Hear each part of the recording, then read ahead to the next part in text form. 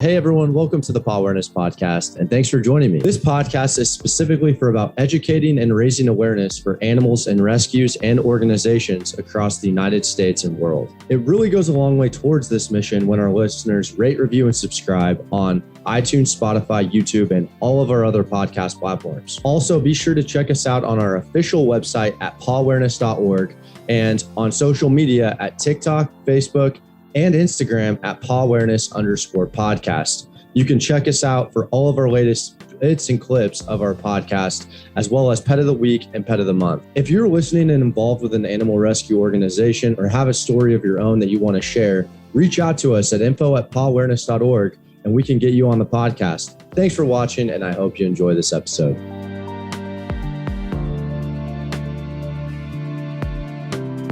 Hey everyone, welcome to today's episode of the Pawareness Podcast. Today I'm lucky to be speaking with Lindsay Layendecker, the Director of Community Partnerships with the Jacksonville Humane Society.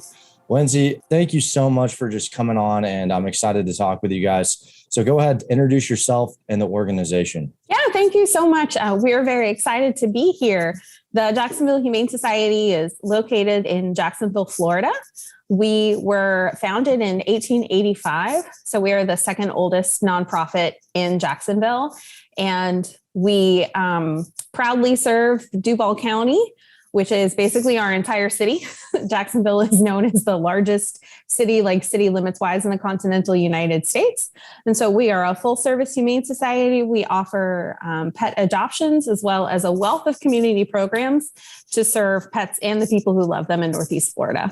That's awesome. And when you said like the oldest in, I thought you were going to say like the United States, but it's just one county. You're not even the oldest in that county. And it was this organization. The second oldest. Yeah. There's a wonderful children's organization that has us beat by like a year, but we always like to say that we've been around a long time and we're going to continue being around for a long time, as long as Jacksonville needs us.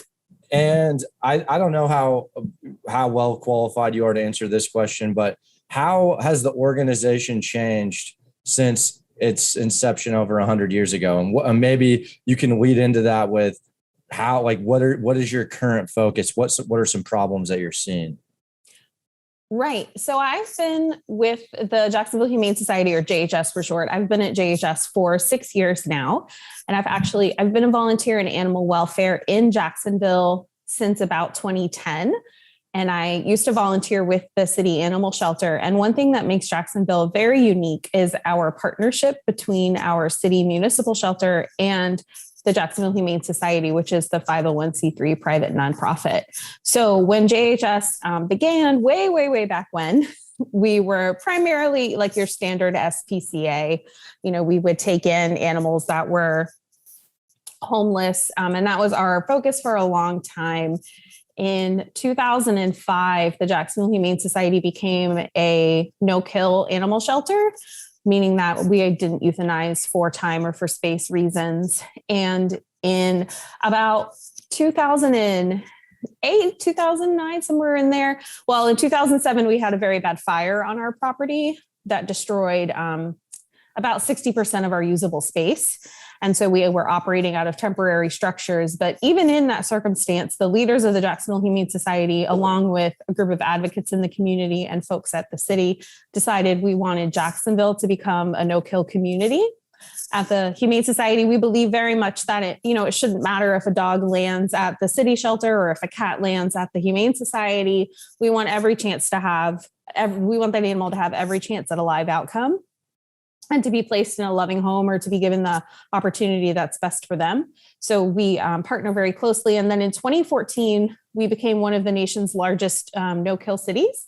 We've sustained it since. So we've hitting that 90% benchmark of animals leaving shelters alive, whether it's through our organization, the Jacksonville Humane Society, or our friends at Animal Care and Protective Services, the city-run shelter.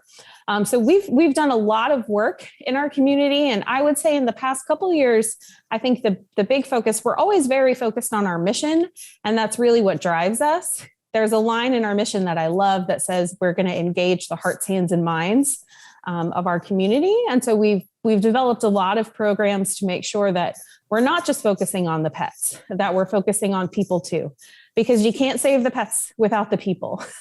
I always like to say, a dog's not going to walk in the front door and say, hey, can I adopt a friend? Or a cat's not going to call up and be like, excuse me, I would like to be neutered this afternoon. So you need the people to do those things. And that's very much what we're focused on, is making sure that we're here for pets, but also for people as well.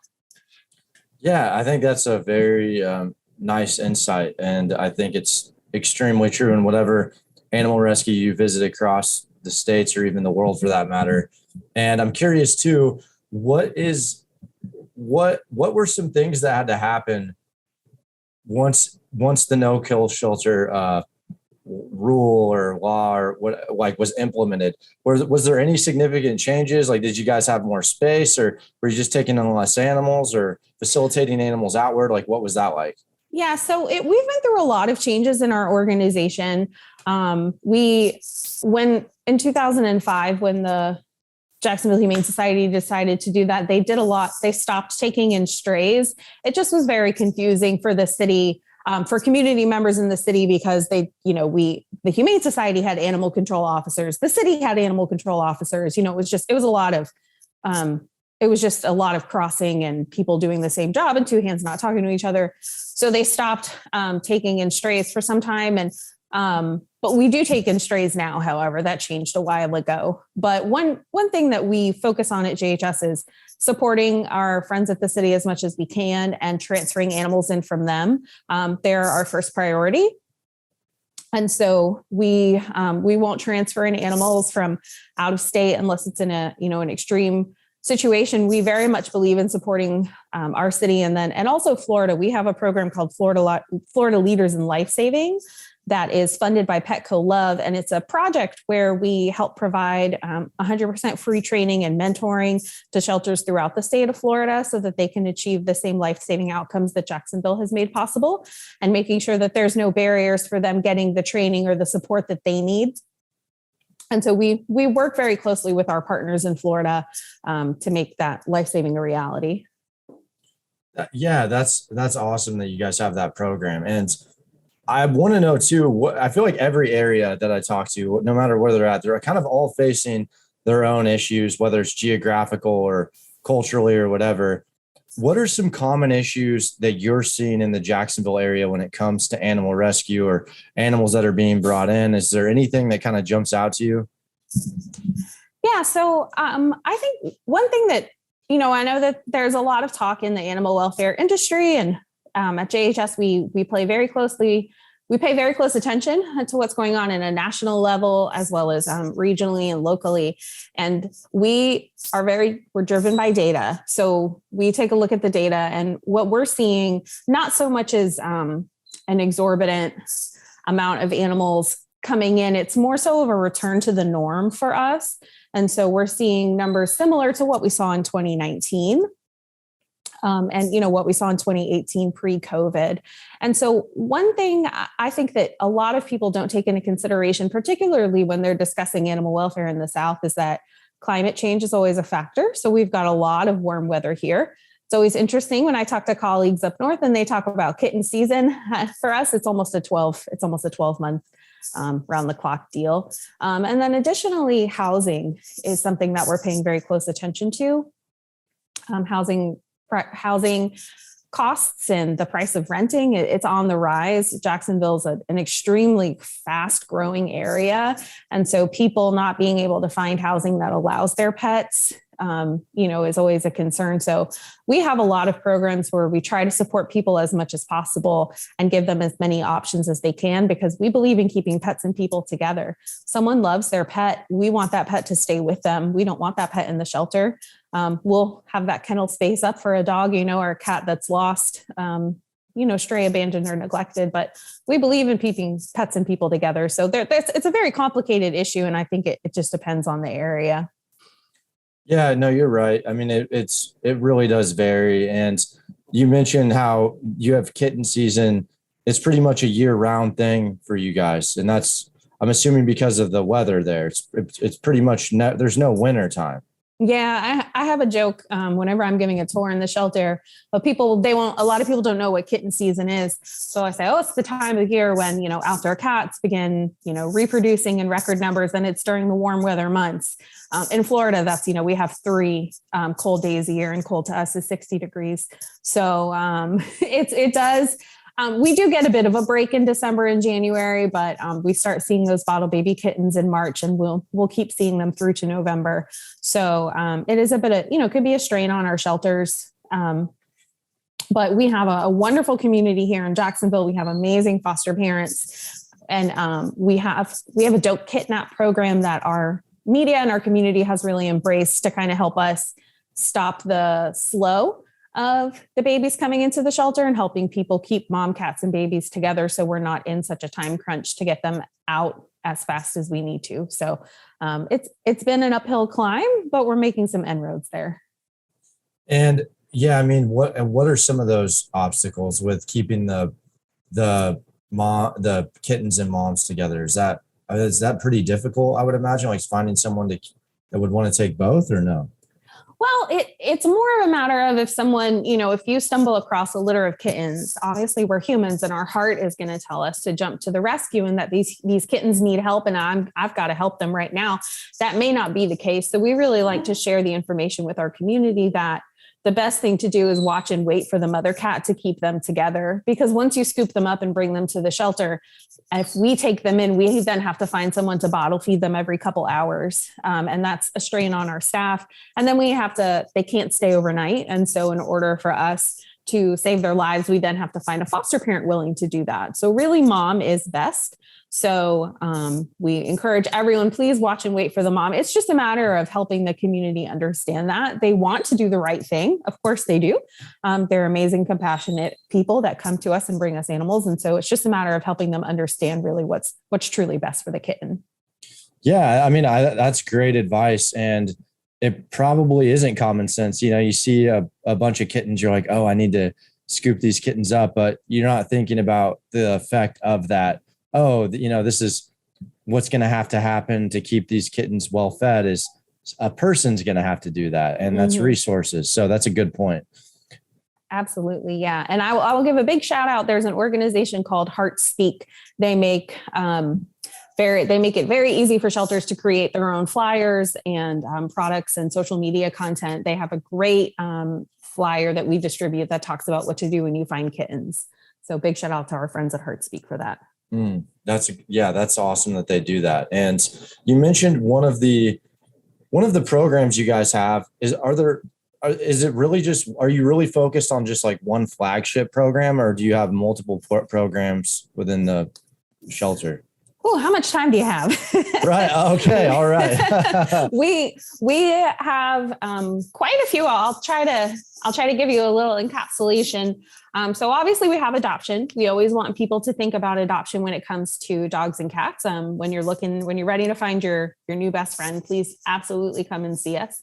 We have a pet safety net program, which is essentially a pet resource program. It's all about keeping pets and people together. We've had it in place since about 2011. It's everything from a pet food bank that we do weekly to any kinds of resources or supplies that people need, free behavior and training support, all the way up to emergency boarding for pets who are in crisis. So if you're fleeing domestic violence, perhaps you're going through chemotherapy, you're facing homelessness, any situation that might deter you from being able to hold on to your pet for a while, we have emergency boarding options. So we have, we probably have the largest pet resource options for our community in the area. And then we also have an outreach vehicle. It's brand new. We just got it in February from Fido Fixers, but we're go out into the community to provide free vaccines and medication as much as possible to some of our friends in lower resourced zip codes. Like I said earlier, Jacksonville's huge. So somebody might leave their house and an hour later, they might be at the Humane Society. In Jacksonville, public transportation can be a bit of a roadblock. So the great thing about us having a new outreach vehicle is that we can go out into communities so that people don't have that barrier of transportation. So definitely we do a lot for pet parents. We also have a very thriving community partnership program.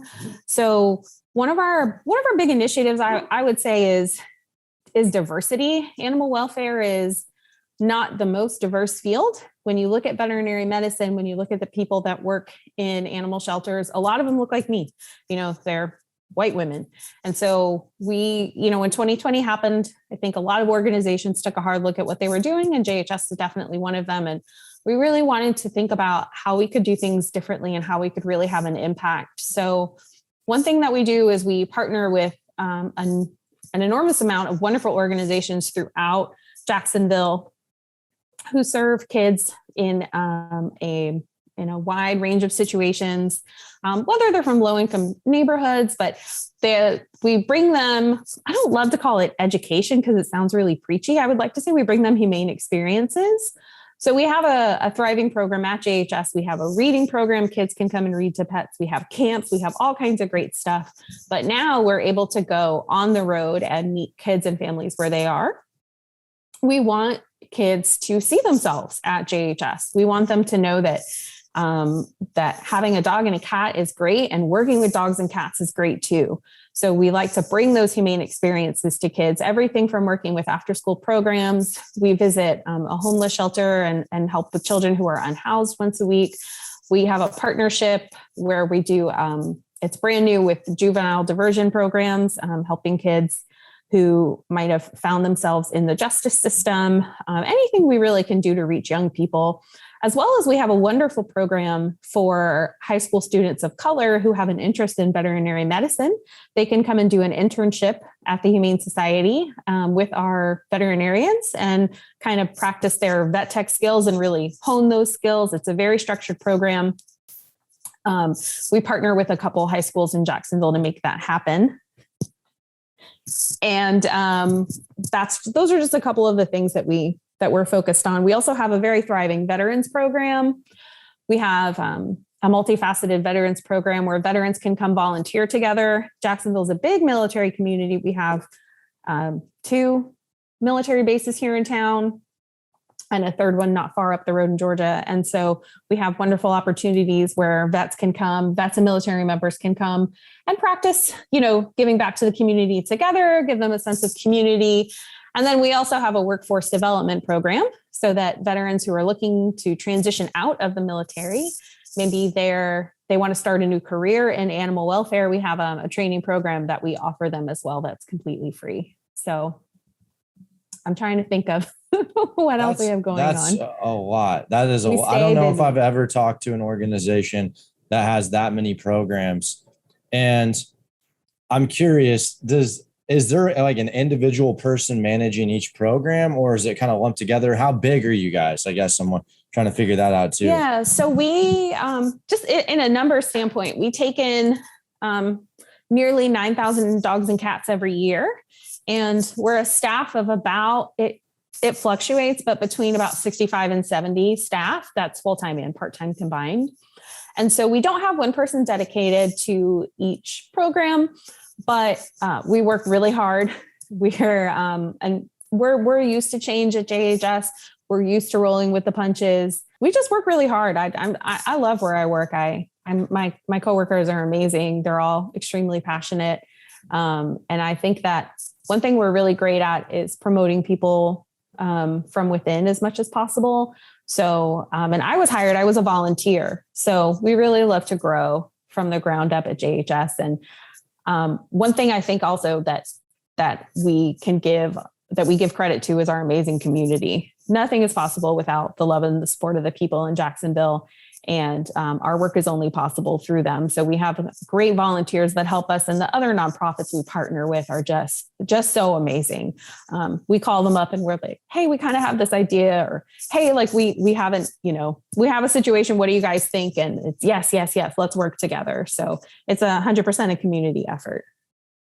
Yeah, I think that's awesome that you guys are so infused with your community. And I feel like it's the glue that holds an animal rescue together. Like you were saying, it's kind of like, that's how that people know the people have to bring the animals in. And I think that's awesome that you guys have that type of relationship. Yeah, we very much believe in being in practicing barrier-free and being bias-free as much as we can. We want to meet the community where they are. We're not here to judge people. We're not here to tell them, what love looks like, what caring for your animal looks like. We're here to support them. No one should be denied the love of a pet, because of income or any other factor. And so we love our community and we're proud to serve them. Yeah, that's awesome. And I'm curious too, what are some future plans for the organization? Is there anything kind of in the works? You guys have a million programs. Are there any more that you're trying to add, or what's going on there?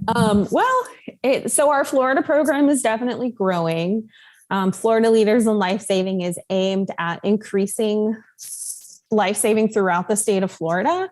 Florida currently ranks number 4 of one of the worst states for a wide variety of reasons. Obviously, we're a very large state with a big population, but there's some great things happening in Florida, and we want to see that continue to spread. So we're focused on helping our neighbors in Florida achieve their life-saving outcomes.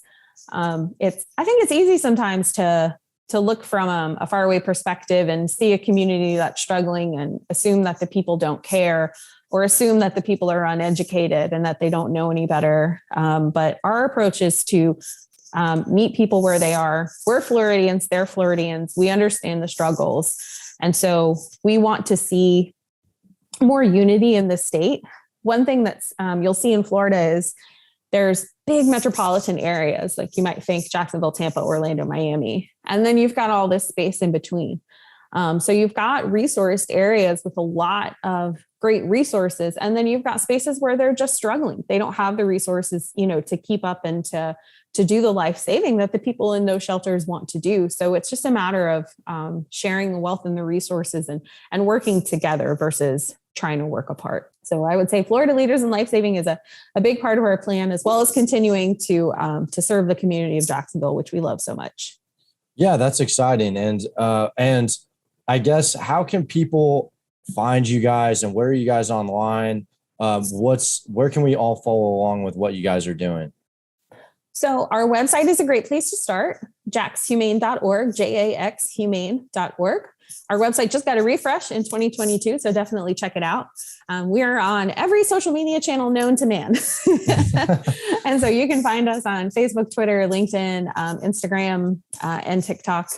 So look for us online. Our handle is @JaxHumane or #JaxHumane, and you should be able to find us. Awesome. And all of that, wherever you're listening, will be down in the description below. I want to thank you so much for coming on and sharing about your organization. And I feel like I learned a lot about the Jacksonville, Florida area. And I think it's awesome that all the stuff you guys are doing in the community, I think that's really motivating to hear. So thank you so much for your time. Oh, no, thank you. Come visit us. I'll give you the VIP tour. I definitely will. Next time I'm in Florida, and I will definitely stop on by. And same with anyone listening. If you're in the Jacksonville area, stop on by. I'm excited. Come and see us, 8464 Beach Boulevard. All right. I love it. Thank you so much for coming on. Appreciate it. Absolutely. Thank you.